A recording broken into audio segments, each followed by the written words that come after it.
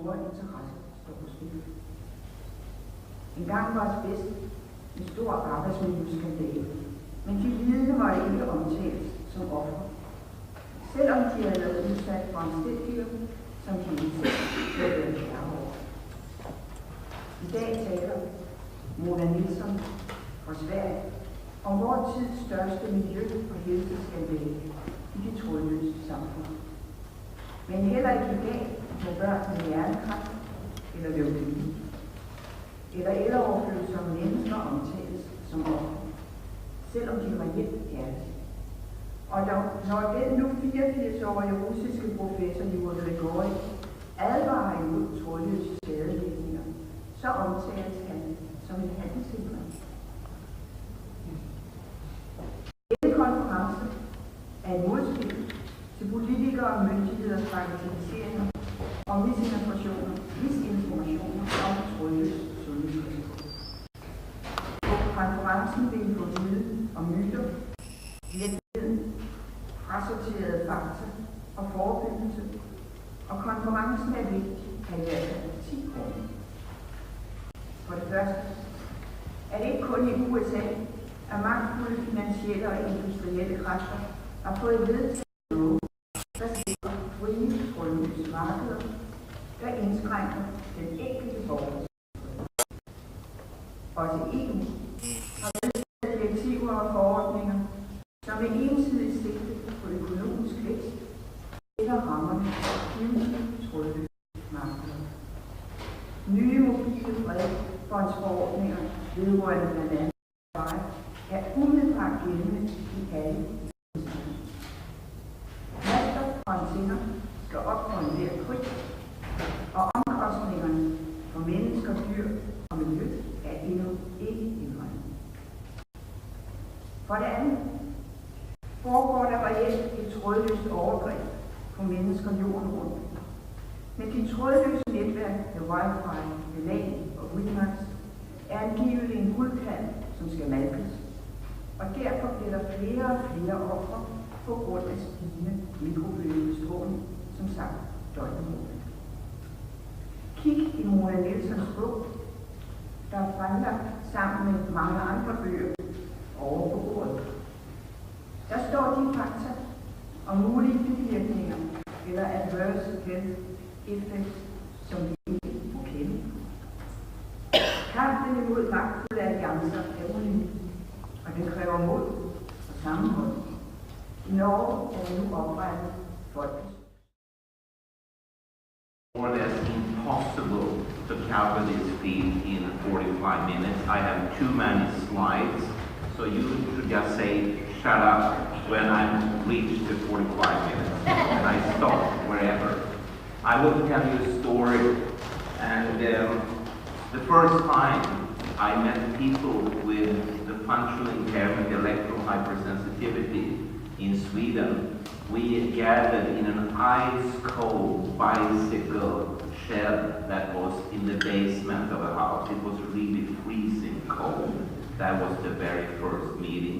And there were a few of them, and it was in the beginning of the 1980s, so you were not even born at that time.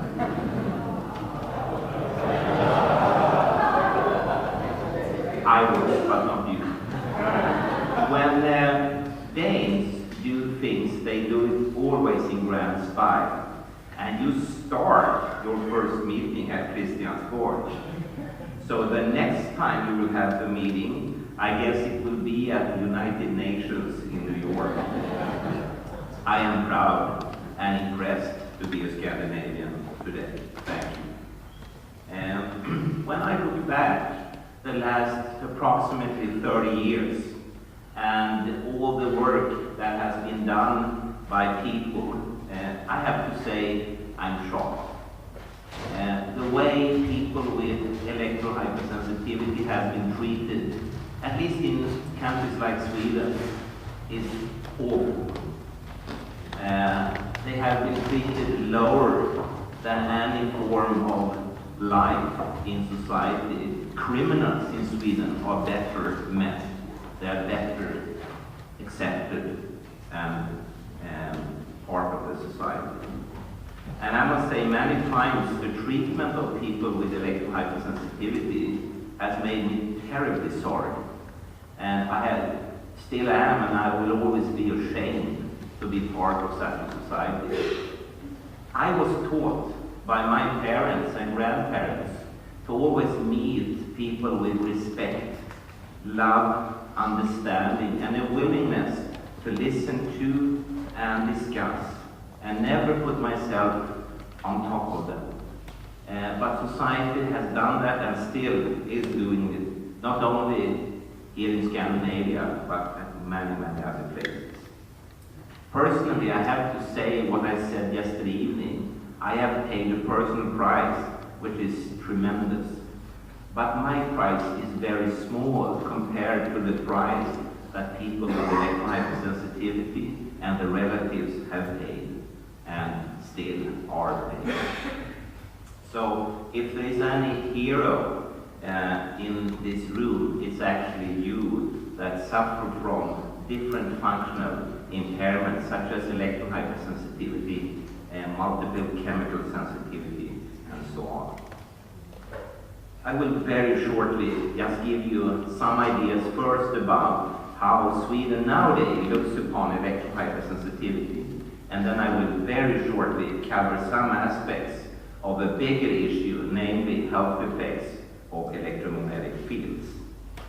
I work at the Karolinska Institute.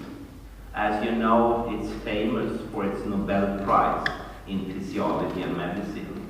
This year's award went to a man that has studied and inaugurated test tube babies. And when he was interviewed, it was interesting to listen to that for many, many decades he was heavily opposed. He had a very, very tough time. But again, you feel, is this really the way we want to have a modern democracy? Whenever someone pops up and says, hey, shouldn't we wait, shouldn't we do this and that and so on, should we always spit at them? I don't think so. I also uphold the position at the Royal Institute of Technology, and as you know, they are indirectly then connected to the Nobel Prizes in chemistry and physics. And the reason for this is because I have a PhD student at the School of Architecture and Built Environment, and she is studying building planning for persons with the functional impairment electrohypersensitivity.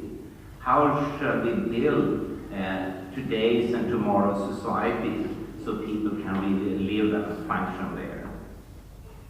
As you know, in Sweden, electrohypersensitivity is an officially fully recognized functional impairment. It is not a disease. This is very important to understand the difference.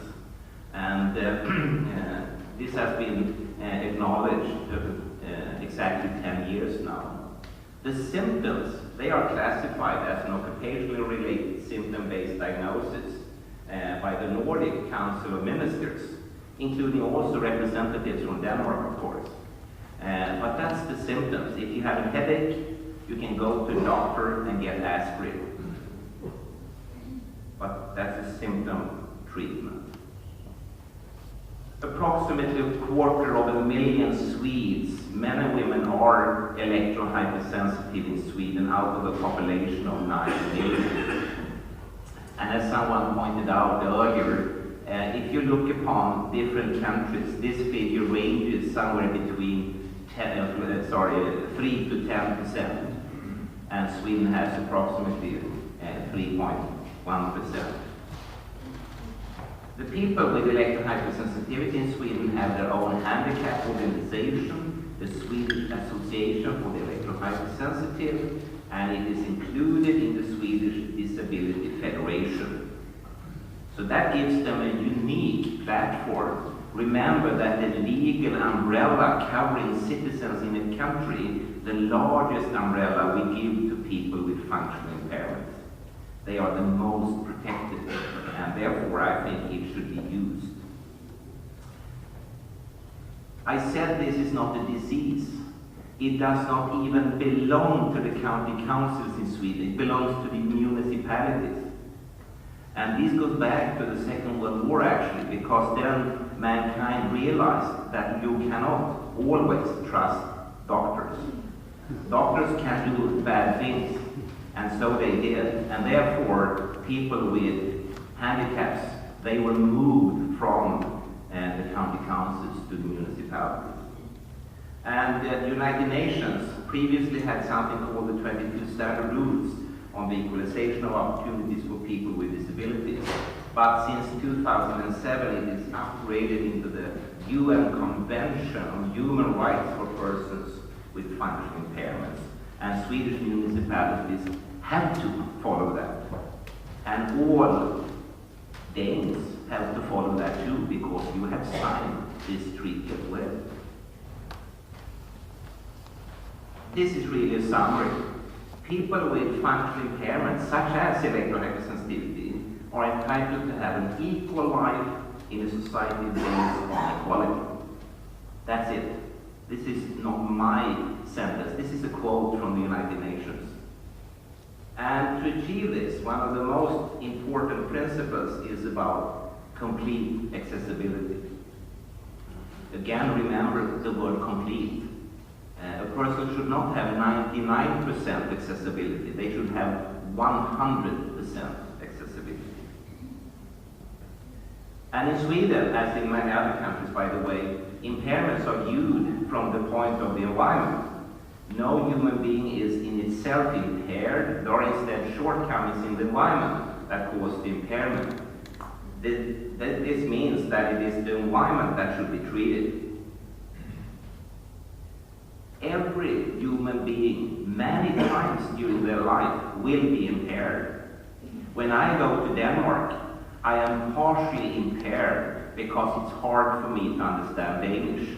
When I go to France, I am 100% impaired because I do not speak French. Should I get some kind of treatment, or should I get an accessibility measure in the form of an assistant helping me around? Well, the answer is, of course, obvious. In Sweden, there's also been a special action plan for persons with impairments. And it's very interesting because the subtitle says that people with impairments should no longer be viewed as patients, but as citizens. Very important. Even if there are disagreements in the scientific society, which I represent then this society, the person with any form of functional impairment, including electrohypersensitivity, should always be met in a respectful way and with all necessary support, with a single goal to eliminate the impairment. And be careful when you quote these, because these are, again, full quotes from the UN, and they have worked for millions of man-hours, and they have put very important words like all, complete, and so on. There are no exceptions. You cannot say, well, this room, for instance, cannot be accessed by people with electrohypersensitivity. No, they should be able to be here as well, as and all other places. And for instance, to force a person to quit one's employment or to move from one's home is a serious legal violation.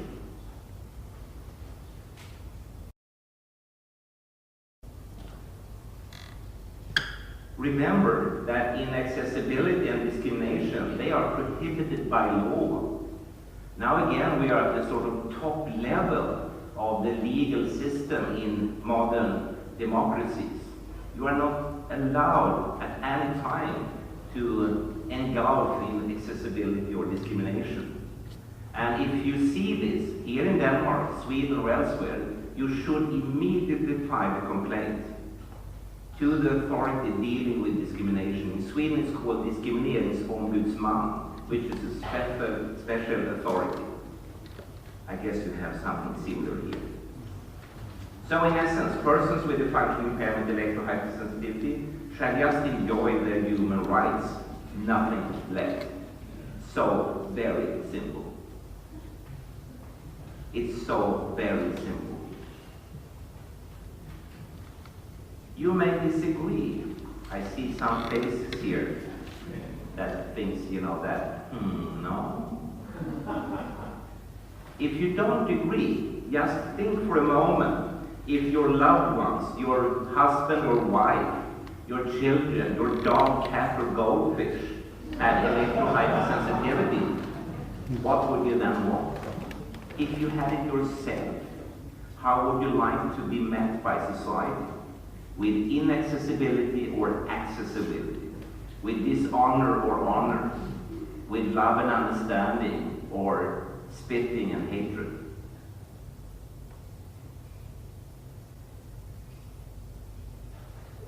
Then I will go to the other part of my lecture, namely health effects of electromagnetic fields.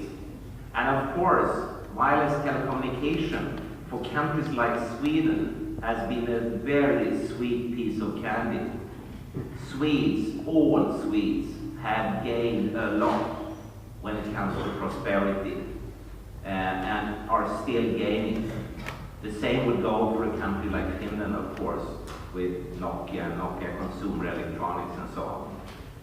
But very early, people started to think and discuss and talk, and some, I was nearly going to say some stupid persons like myself, engaged in writing articles in the public press, debate articles. And this is from Aftonbladet, which is the largest tabloid in Sweden. It's from 1995. And I asked, how dangerous are these mobile phones, for instance? And I asked a few questions. And the answer to them is still not known, actually. The debate editor of Aftonbladet, he added the man to the right. It's not me, I have to point out. It's not the younger version of me. And he said, or wrote below the image, and in Swedish, 80-talsjuppin är död, men dog han av vikande konjunktur eller av den farliga strålningen från mobilen. Most people only remembered that part of the debate article. And people like you laughed, but I will ensure you in a few moments you will not laugh any longer. You will see that maybe this debate editor was smarter than he realized. And of course, we very often see articles like this. This is about an investigation showing the impact of mobile phones on the electrical activity of children's brains. And this came January 4, 2002, I think it was. And it arose an enormous debate because, as the lady over here pointed out previously, children are really at stake. If we in here kill ourselves here, it doesn't really matter so much. Many of us are old. We should die soon anyhow. But if we kill the kids, then there will not be a future at all. If we jeopardize with their capacity to form new generations, there will be no new generations. If they will suffer immensely in future diseases, with an impaired immune system, for instance, that's too high a price to pay. Scientists didn't react at all to this article because we already knew the facts from grown-ups. Some years before this, there had been similar studies on adults, and then there was practically no reaction at all in the press. Cluster formation regarding cancer cases, we have heard Elga's presentations already about that, and that's an ongoing question, of course, and there are big new projects being started where one should follow the population for decades to come to see if there are any impacts or not. And I know you will all hate me for saying this, but for me the cancer issue is probably the smallest. And as Torkel here pointed out, also very cleverly, don't forget about the other health issues, which today, from a scientific point of view, are much, much bigger and much, much more serious. The cancer issue is a very small question from a public health point of view today. I may have to shift the opinion tomorrow, but today that's the fact, you know. And you often see flyers like this in Swedish. Forskare slår larm, mobiltelefon kan ge hjärnskador. And when I give lectures in Sweden, I ask the audience, what's wrong with this flyer? And they sit and think a lot, you know. And maybe the only thing that is wrong here is the sentence, scientists are beating the drum. Scientists don't do that. Scientists, they live a very narrow life, I would say, and they rather spend the night with a test tube than with their husband or wife. And we very rarely see them in the public arena. And this is in contrast to the third act of the universities. Universities should be part of the public debate. But if you are part of such a public debate, you may have to pay a terrible price. And yesterday evening we talked a little bit about that. And we could conclude that, for instance, myself, and I shouldn't say this, but others tell me at the Karolinska Institute things like, what you do is probably the most important project of all at the Karolinska Institute. But we do not want to be part of it. Do not ever cite us having said this, and we cannot support you in public. Because they are afraid. They're afraid that their career will go down the drain, you know. Also, we have heard that the current public exposure guidelines, and they are not anything more than really guidelines. They are, of course, not worth the penny any longer, because scientists constantly move below the different forms of power density values, SAR values, and so on, that ICNIRP and other organizations have decided that you should withstand. And I have to point out as a comment to what you heard previously, when we concluded the bioinitiative report, it's a compromise. You have to understand that. It's a really compromise. If I should have decided the final outcome regarding indications of new guidelines, we should not have put 0.6 watts per meter. Then we would have had instead a safety guideline, and that's far, far, far, far, far below 0.6 watts per meter. But we made a compromise. You have to start somewhere. I coined an expression that other persons have borrowed and used. Already in 1983, I said that this is the largest full-scale experiment ever. What happens when we, 24 hours around the clock, wherever we are, allow ourselves and our children to be used as guinea pigs, whole body irradiated for the rest of our lives? And that question is becoming more and more important, I would say, year after year. And to be honest, you probably think I look tired, and I am. I have been asking this question over and over and over and over again in every part, every corner of the world. And I guess I will have to come back, and that would be nice, to Denmark and ask the question again next year and next year and next year. But some people have listened, not only people in Denmark, but also elsewhere. Actually, the man to the right on this picture, he has his roots from Denmark, so Danes everywhere, you know. But in 2006, there was a meeting in February in Benevento outside of Naples in Italy.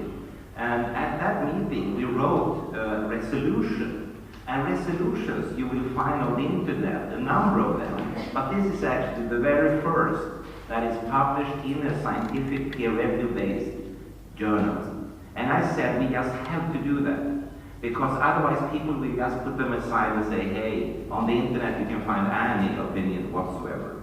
But peer-review-based scientific journals, they carry an enormous weight, and therefore I urged them to do it, and I was actually in charge of that, and we made a publication, and I will just highlight some bullet points here.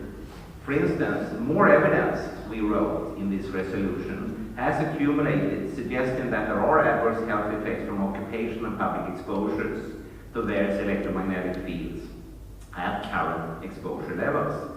What is needed but not yet realized is a comprehensive, independent and transparent examination of the evidence pointing to this emerging potential public health issue. In layman terms, someone has to read all the papers and put them together in a report. You can keep that in your head for a few minutes. We also said that arguments that weak electromagnetic fields cannot affect biological systems do not represent the current spectrum of scientific opinion. We urge to include and use the precautionary principle to inform the population of the potential risks, limit cell phone and cordless phone use by young children and teenagers, and ban telecom companies from marketing directly to them. When we have done this resolution, we quickly realized that if anyone would be going to do this comprehensive report, we had to do it ourselves. And we didn't get any economical support, for instance. We didn't even get a pencil, we didn't get anything. We had to take our own time in weekends and evenings, and we worked for 9 months, compiling approximately 2,000 scientific references on 600 pages. If we would have had money, secretaries, assistants, pencils, and so on, the bioinitiative report would have been much, much thicker. You have to understand that, because there is so much data out there that needs to be scrutinized and summarized. But we wrote the bioinitiative report. It was launched on the internet August 31st, 2007. It's called the Rationale for Biologically Based Public Exposure Standard for Electromagnetic Fields, particularly ELF and RF. And I will just very quickly point to some of the papers.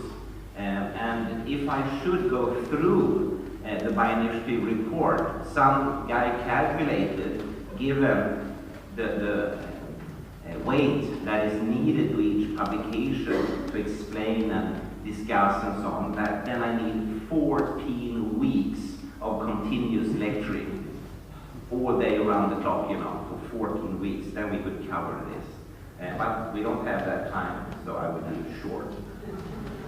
For instance, this study by Lai and co-workers showed that after 45 minutes of exposure to pulsed 2.45 gigahertz microwaves at levels that are all right, that you should be able to take, rats showed retarded learning as seen in a decrease in short-term memory and an impaired concentration capacity. 45 minutes, that's one lecture for children in school. Is this really what we want to give to these? In China, for instance, they have very tough regulations when it comes to exposure of children and teenagers, and public exposure as well. Because China, I think, has an agenda that says that they should be the world leaders in economy, if they are not already. And therefore they need to have extremely bright pupils that quickly could outmaneuver any Swedish or American or Danish child or teenager or grown-up. So this is actually something that politicians could really think about. Live co-workers have also shown DNA, single and double strand breaks. Our genome is broken by in this case, 60 Hz magnetic fields, and that this effect is cumulative. The more you're exposed, the worse it gets. And this could form a basis for the initiation of, for instance, cancer. So this is serious. And it's interesting, when I lecture for people, and even for people from the telecom industry, I ask them if they want to have damaged DNA in their body because of their mobile phone or some other gadget. And so far, no one has said, yes, I want to have that. Not even from the telecom industry, not even politicians. No one seems to want that. But that's the fact. And I think someone mentioned the reflex study, where the industry drove forward replication. Their idea was to prove Lai and other scientists wrong but when the code was broken, it turned out that again, 24 hours of mobile phone exposure at the SAR level 1.3 watts per kilogram, which is below the public exposure standard, which is 2 watts per kilogram. And they got the destruction of the DNA, and that is seen here in this so-called comet assay. When you get the destruction of the DNA, you get this tail. And the size and the figure and the pattern corresponds to 1,600 chest X-rays. There is no patient in the world who has gone through 1,600 chest rays. So it's a dramatic effect. And it's understandable that the industry did everything they could to stop the publication of the reflex study, but they failed. It is in the public arena.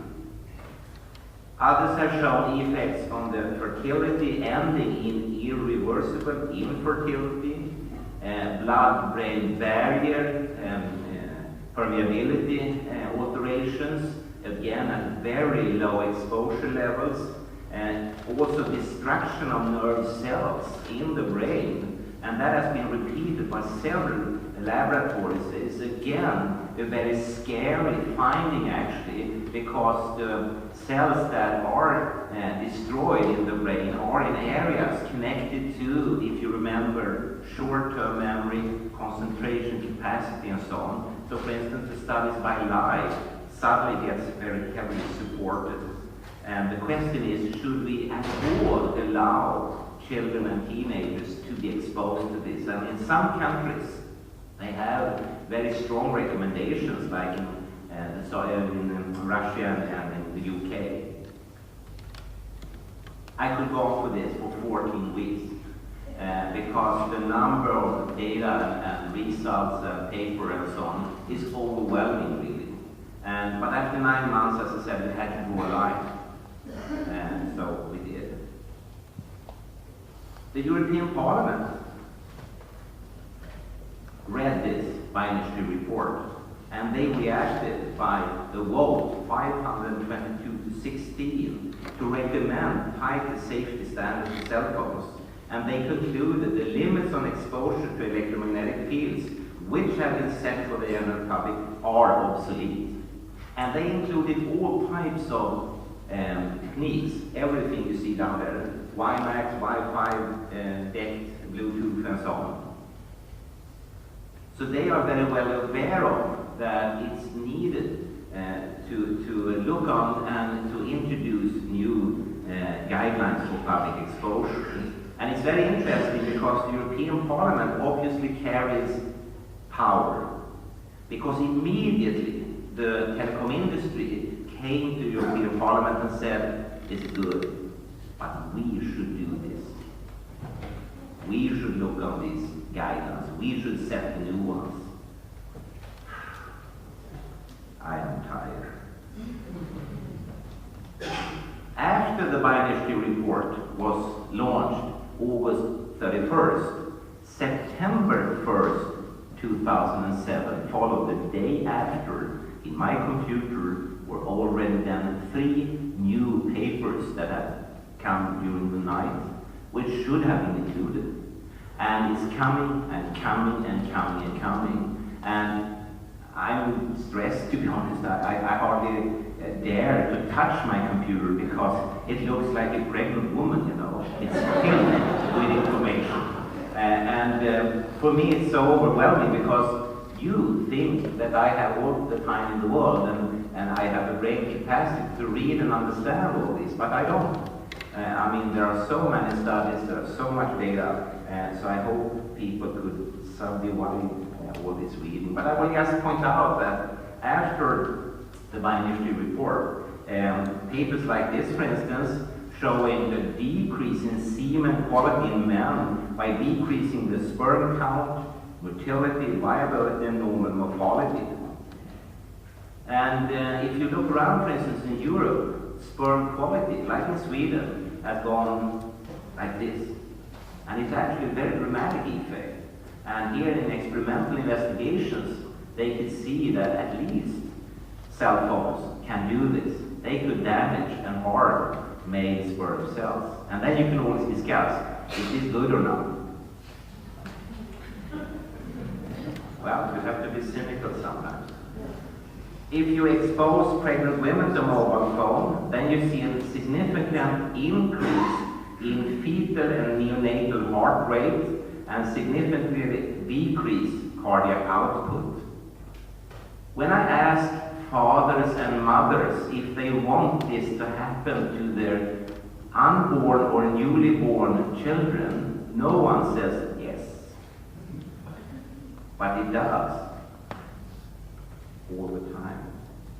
I said that you should stop laughing because this is a doctoral dissertation from Belgium by Dirk Adam, where he could see that, and he used again the microwave exposure, and he could see that all the exposed groups show survival rates beneath the mean survival rate of non-treated rats of the same age. So actually, this microwave radiation could have very deleterious effects and kill even animals at various stages. And again, his doctoral dissertation was heavily opposed, and he had a very, very tough time to finish all his work.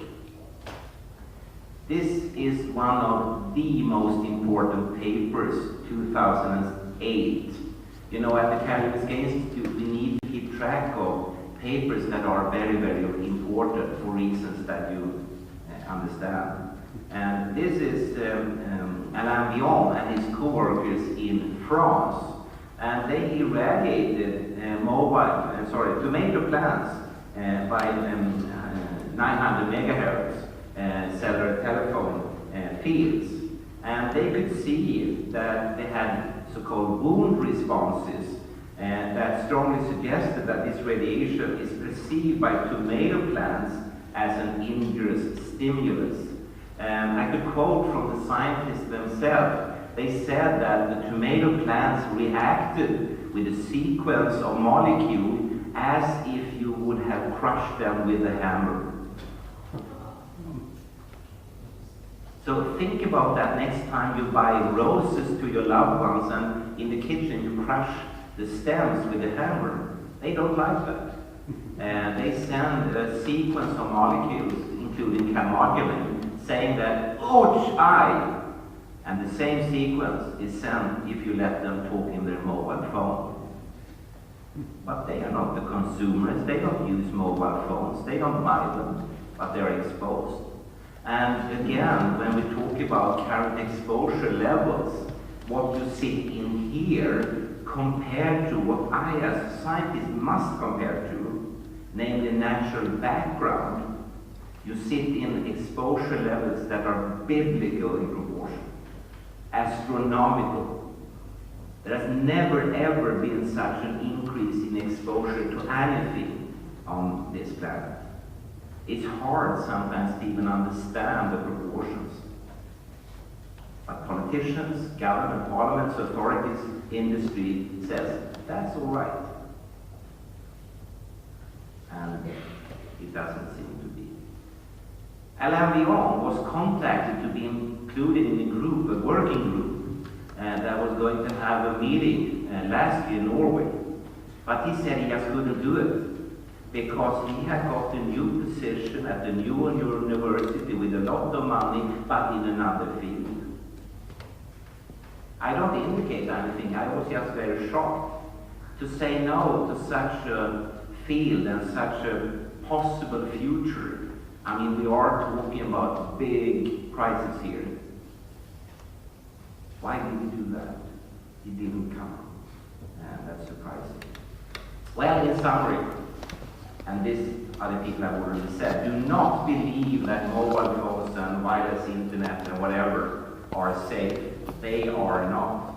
They interfere with normal brain function, learning and memory, fertility, cancer risks, and have been shown to shatter the DNA in cells.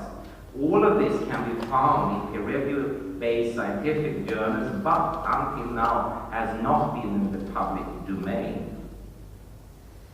Governments and health protection agencies usually hide behind out-of-date official guidelines that were born up when it was thought that the only way that living organisms could be harmed by electromagnetic radiation was if it was sufficiently strong to cause significant acute heating, and in fluid-filled plastic dolls, because that's the way it's monitored. Not even Swedes are fluid-filled plastic. I mean, for me as a scientist, just this minor thing here is strange, to say the least. And I have to say, in defense of Ichner, at the recent meeting some few years ago in London, they said that the guidelines they use are only of technical nature and was never meant to be used as any form of safety value or public health measure or anything like that. Dødsfald, der er relateret til naturlige kosttilskud eller vitaminer. Til sammenligning kan man så sige, at korrekt indtaget og korrekt ordineret, altså lægemidler, som folk har fået ordineret deres egen læge på grund af, at de har en sygdom, som de har indtaget i korrekte mængde på det korrekte tidspunkt, det udgør i dag et flere fysiske dødsårsag. Det er lige værd at tage med, at der er den reguleringsforskel. Så kan man spørge sig, hvor kommer alt det her fra? Altså, hvem er det, der har sat sådan noget i verden? Under FN, der har man i verdens handelsorganisation, det er sjovt at se, at det er ikke verdens sundhedsorganisation, der regulerer de her ting, det er verdens handelsorganisation, der overordner, det vil sige, at der er noget med økonomi at gøre. De har et organ under deres udvalg, Agricultural Organization, der hedder Codex Alimentarius. De er forskningsvis repræsenteret af de multinationale producenter af medicin og fødevarer. Det vil sige Nestlé, Bayer og så videre, de her forskellige, Monsanto for eksempel. De sidder med om bordet og skal beslutte i princippet, hvordan kan vi organisere verdens sundhed i fødevarer. Men de har en skjult dagsorden. De vil gerne sælge medicin, de vil gerne sælge tilstartede organismer, de vil gerne sælge sprøjtemidler osv. Og derfor så har de en skjult agenda, der går ud på at få naturlige kosttilskud på punktum. Og det vil sige, at deres egne økonomiske forhold bliver vægtet højere end hensyntagen til befolkningens sundhed. Og det er i øvrigt heller ikke deres ressortområde, de har jo med handel at gøre, altså. Hvad er det her? Der er nogen, der har snakket om luftvejsproblemer, altså luftforurening her i dag. Man ved, at luftforurening giver luftvejslidelser, giver lungekancer. Det er sådan, det man ved at være klar over. Der er nogen, der nævner brændeovne. Jeg vil bare lige nævne diesel, partikelforurening. Man ved også, at kurven til venstre, det er så godt nok for nitrøse gassers udledning. Hvordan den er steget i takt med, at der er kommet en 10-dobling af dieselbiler i landet de sidste 15 år. Men forekomsten af lungekræft er faktisk følge af det at bruge fuldstændig simultant. Og det betyder, at det kunne være, at man skulle kigge i en lidt anden retning, når man snakker, hvad er årsagen til de her sygdomme og symptomer, for de udvikler. Hvorfor er der flere, der får kold? Hvorfor får de astma? Hvorfor får de luftvejsproblemer? Hvorfor får de lungekancer osv.? Og så prøve at kigge lidt mere på, at i stedet for at lade folk betale en skat, så simpelthen lave en lov, altså vi skal igennem og sige, nu sætter vi partikelbiler på de biler, og så ser vi, hvordan det så går. Men det kan man åbenbart ikke blive enige om, der er også nogle økonomiske interesser blandt enige flere. Og det vil så sige, i stedet for så laver man noget, man så kan blive enige om, og det er så lave en rygelov, hvor man så forbyder bakskolen på offentlige steder, på værtshuse og forsikrer politikerne virksomhedsejerne til at lave rygepolitik på deres virksomheder og giver dem store bøder, hvis ikke det overholdes. Og det står fuldstændig i skarp kontrast til, at dieselforurening, altså det man kalder partikelforurening for blandt andet diesel og brændeovne på den sags skyld, er ca. 10.000 gange mere giftig og mere cancerogen end simpel tobaksrøg. Det er den passive. Så så vil jeg kigge lidt på, når der nu er så meget økonomi i det her, hvor kommer pengene så fra?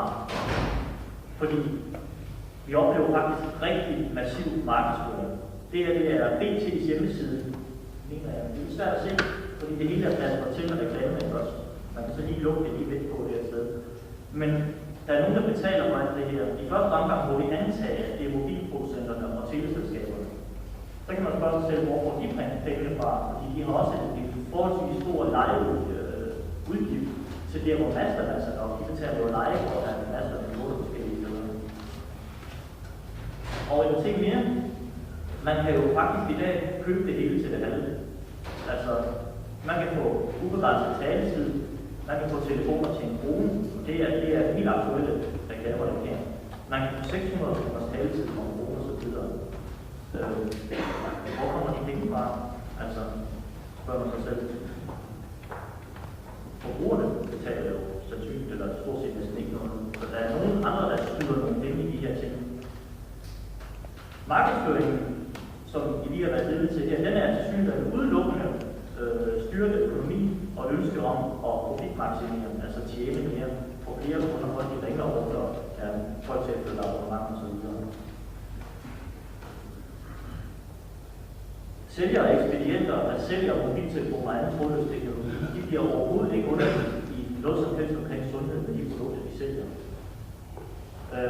Alle må sælge telefoner, alle må sælge trådløse netværk, alle må sætte det op, de må sætte det op overalt, børnehaver og skoler, det er lige meget, der er ingen regulering overhovedet. Havde de nu i stedet for at solgt fødevarer, så havde de fået det der sure smiley lige med det samme. Der skal man altså vide, hvad der er med at gøre. Havde de solgt kosttilskud, så var butikken blevet lukket.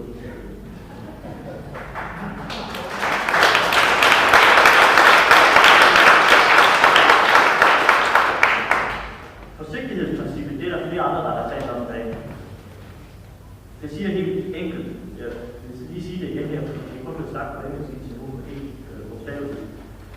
At hvis der er videnskabelige indikationer for, at risiko for alvorlige eller uretlige skader, så må indgreb over for f.eks. potentielle forurenere ikke udsættes alene på grund af videnskabelig usikkerhed. Det vil sige, at hvis man anvender forsigtighedsprincippet på mobilstråling og trådløs teknologi, så skal det stoppes per område, fordi der er i realiteten stor usikkerhed omkring videnskabelige data. Så hørte vi på det allerførste indlæg i dag omkring det her med, at mennesker bliver påvirket af de her ting. Og vi ved, at alt bliver påvirket. Der er nogen, der snakker om tomatplanter og så videre. Dyr bliver påvirket, rotter bliver påvirket.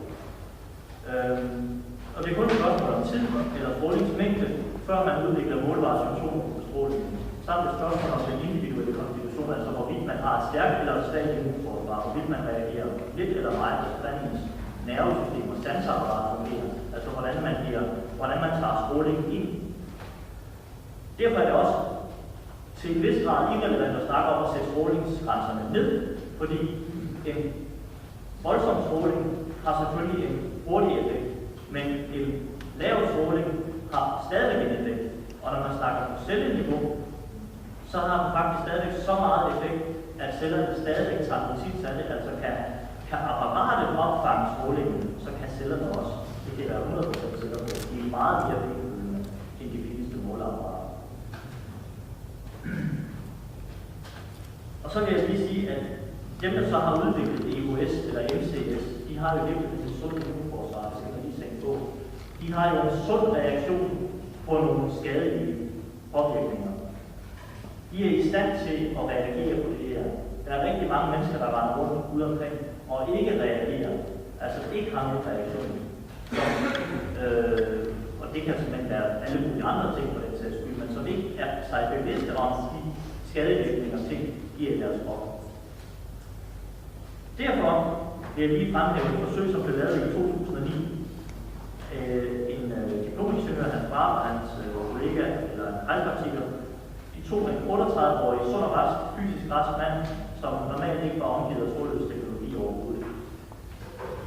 De udsatte ham så, eller først så udtog de blod på, det vi ser til venstre deroppe, og undersøgte det i et mørkefældsmikroskop. Så kan man så se, det er sådan, som I kan se det er det faktiske billede, klokken 12 over det. Efter et kvarters bestråling med en dækbase fra en dæktelefon fra ca. 2,5 meters afstand, der kan I se, hvordan hans blod det kommer til at se ud. Altså de røde blodlegemer, de klumper simpelthen sammen i sådan nogle pengemøller, kalder man det. Det betyder meget med ord, som I ser i det næste her. Der gør man så det. Vi har en 45-årig bondegud, som har et kronisk stærkt forhøjet blodtryk på 170 over 115.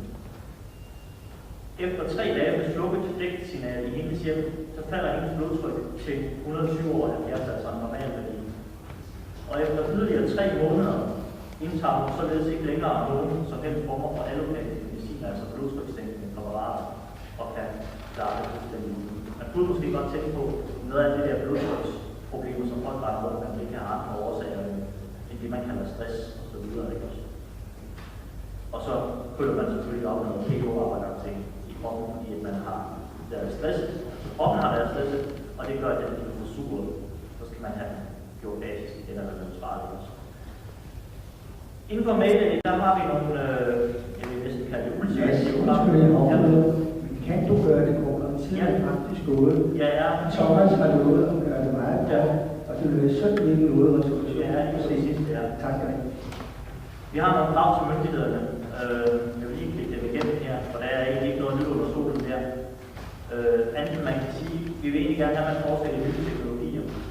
Det der er problemet med den nuværende teknologi, altså den her fokuserende mikroteknologi og den modulerede signal, det er jo, at netop teknologi i sig selv udgør det problem. Man kunne fint bruge andre teknologier. Der findes andre teknologier, men lige nu er der ingen penge i det. Og så vil vi gerne have, at man registrerer bivirkninger, så man kan danne sig, altså folk det indberette.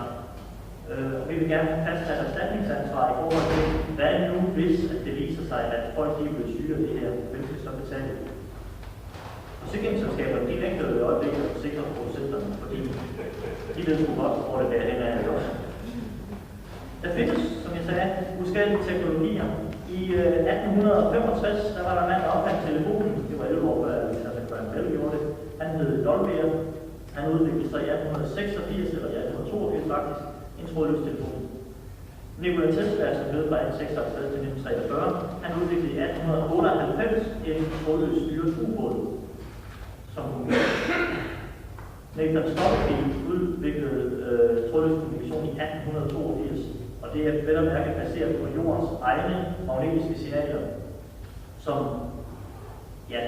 er samme signaler, som jordens forskellige organismer kommunikerer med i dag. Så vil jeg lige tage de sidste 4 ting her. Det er 4 citater. The price of apathy towards public affairs is to be ruled by evil men. Altså Platon siger, at prisen på apati og ligegyldighed over for de ting, der omgiver i samfundet, det er simpelthen, at man bliver styret af det onde, kan man kalde det også. Og alt, der er nødvendigt for, at ondskaben skal få succes, er, at de gode ingenting gør. Friheden kan kun bevares derigennem, at befolkningen oppebærer et vist oplysningsniveau. Det vil sige, at oplysning.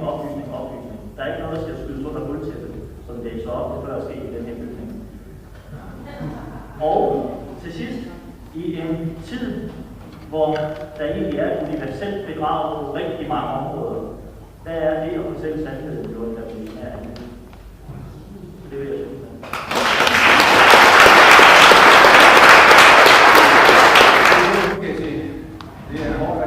Mange ord, det skal gøres kort. Jeg skal lave en opsamling og en perspektivering her. Allerførst vil jeg sige, at jeg er formand for det, der råd for helbred til kommunikation. Det er et nyt initiativ, som er taget, fordi vi mener, at vi har brug for mere oplysning omkring det her i Danmark. Der bliver en officiel lancering af det i 2011. Og nu til perspektiveringen. Der er sagt mange ting omkring, hvad det her skal gøre med os i dag, og spørgsmålet er, kan vi leve med, at EMR, altså electromagnetic radiation, mobilstråler på, vel sagt, at det simpelthen er med til at forårsage menneskelig lidelse, sygdom og funktionsnedsættelse. Måske i meget stor skala, tydeligvis. Der er jo allerede nogle tal, der bare på, at IHS er i største vækst i Europa. Jævnfør tak. Og alle de her ting, der er blevet sagt meget om, hvad det er for nogle ting, det er jo selvfølgelig fra hovedgik til kræftudviklingen, så det er jo virkelig mange ting. Det spørgsmål, det kan vi leve med, at der vil være enorme økonomiske omkostninger og samfundsmæssige ressourcer. Prøv at tænke på, hvor meget spildt arbejdskraft der vil være, hvor mange syge der vil være, hvor meget behandling i systemet, hvor mange folk der bliver urvejsdygtige. Altså i bedste fald, så er det her en nedtur for velfærdssamfundet. I værste fald, så er der ikke noget samfund tilbage, fordi at vi simpelthen som biologiske væsener er nedbrudt i om 4-5 generationer. Det må vi så ikke på. Så det helt store spørgsmål er, hvad skal der til, for at vi begynder at forebygge? Der har været nogle røster omkring det i dag, og en af tingene, det er jo det med, at der er den tidsmæssige begrænsning i, hvornår begynder vi at reagere. Og der tænker jeg, at en af de helt overvejende ting, et overordnet ting, der skal til, det er simpelthen information. Fordi sagen i dag, det er jo, at der er utrolig mange mennesker, som ikke ved noget omkring det her. Den brede befolkning ved meget lidt omkring det her, der eksisterer stadig rigtig mange myter. Hvis den information den kommer ud, så vil der kunne begynde at ske en holdningsbearbejdning i befolkningen. Det tager tid det her, hvis den information ikke er der, så bliver den bearbejdning jo ikke ske. Så vi skal jo simpelthen have nogle fakta på bordet, som gør, at folk kan begynde at forholde sig til det her, så de kan gå ind i en proces, hvor de overvejer, hvor de går fra den der. Det er lidt til psykologien, at først er der et chok, en chokoplevelse, så fornægter man, så bearbejder man, og så accepterer man. Hvis vi kan få den information ud i hele befolkningen, så tror jeg på, at vi kan afprøve den proces fra hvornår, at vi begynder at tale kritisk om det her, til vi begynder at tage nogle skridt, som er overordnede. Og så kan man så sige, hvordan kommer den her information ud?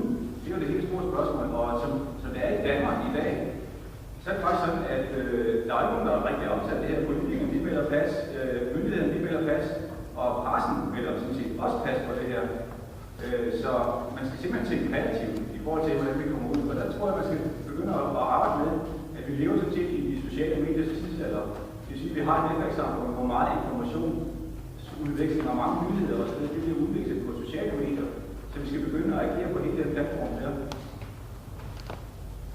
Og jeg tror, at det, der kan gøre en forskel, det er, at man begynder at samle alle trådløse. Fordi sådan som det er lige nu, så er det jo sådan, at der sidder engagerede mennesker rundt omkring, som hver især prøver at gøre alt muligt. Men de kæmper meget, det er sådan mange enmandslæger, der er rundt omkring. Så hvis vi kan begynde at koordinere og samarbejde med foreninger, med forskellige aktører, og sige, at i den kommende tid, så koncentrerer vi os om at gøre sådan og sådan og sådan. Kan du tage det? Så man simpelthen får informationer ud i pressen, og man får det ud i faglige organisationer og i skolevæsener osv. osv. Man skal ikke opgive myndighederne og politikerne og pressen, fordi vi skal bare ikke stole på, at det er det, der løser den her opgave her fra starten af. Når der så kommer en tilstrækkelig stor kritisk masse i befolkningen, så begynder det at blive ufarligt for politikerne at gå ind og sige noget omkring det her, fordi lige nu, så er det en fuldstændig tabelsag, set fra et politisk synspunkt.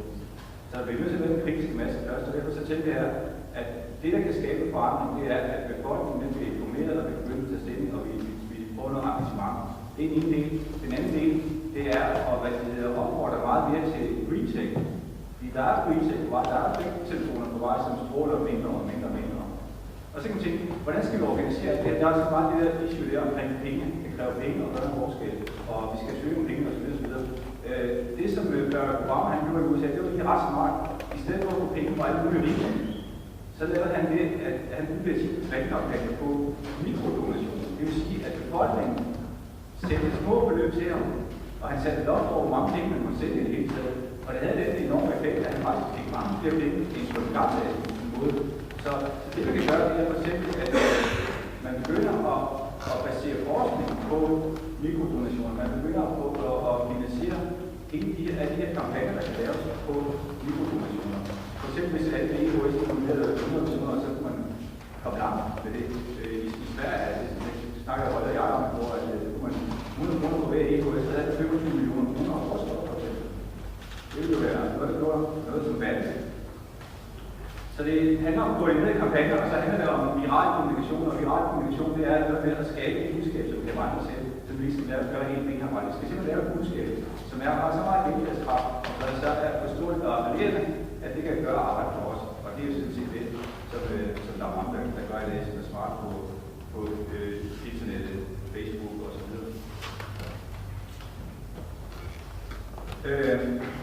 Og så tænker jeg, at i forhold til, at der er mange mennesker, som er interesseret i den her sag, her, som er samlet her i dag. Og måden, man kan komme videre på, det er, at man kan lave en projektgruppe, som arbejder på, hvordan, mange af de ting, vi snakker om, hvordan man kommer videre med det her. Sætter sig ned og siger, hvem er engageret i den her sag her, og så får vi simpelthen lavet nogle samarbejder, vi får det, og vi får lavet en kampagne. Og hvis der er nogen, der er interesseret i at deltage i sådan en projektgruppe, så må I meget gerne sende en mail til info@eftersikker.dk. Så bliver der sat noget i værk, og jeg er sikker på, at vi vil også lave konferencer i fremtiden. Og min vision er at lave en konference, som er interaktiv, og også vil være fokus på, hvad er det, vi kan gøre, og så går du ud i en gruppe og arbejder og finder ud af, hvad kan du gøre i forskellige grupper, og så snakker vi sammen med engelsk, man får meget mere interaktion i grupper og mobiliseret folk i højere grad. Det er ligesom et kigge op til, at vi kan begynde at gøre noget på et senere tidspunkt. Og det, der kunne være procesgruppens indsatsområde, det er information, og så er det også, hvad kan man gøre på trådløse og transportpolitik. Der er stadig en artikel, og nu skal du gøre os kort her. Mobilstråler skader bare ikke i Danmark. Der er en hel masse hints til, hvad man kunne gøre, både personligt og på et mere overordnet samfundsmæssigt niveau. I kan prøve at læse det til sidst i artiklen.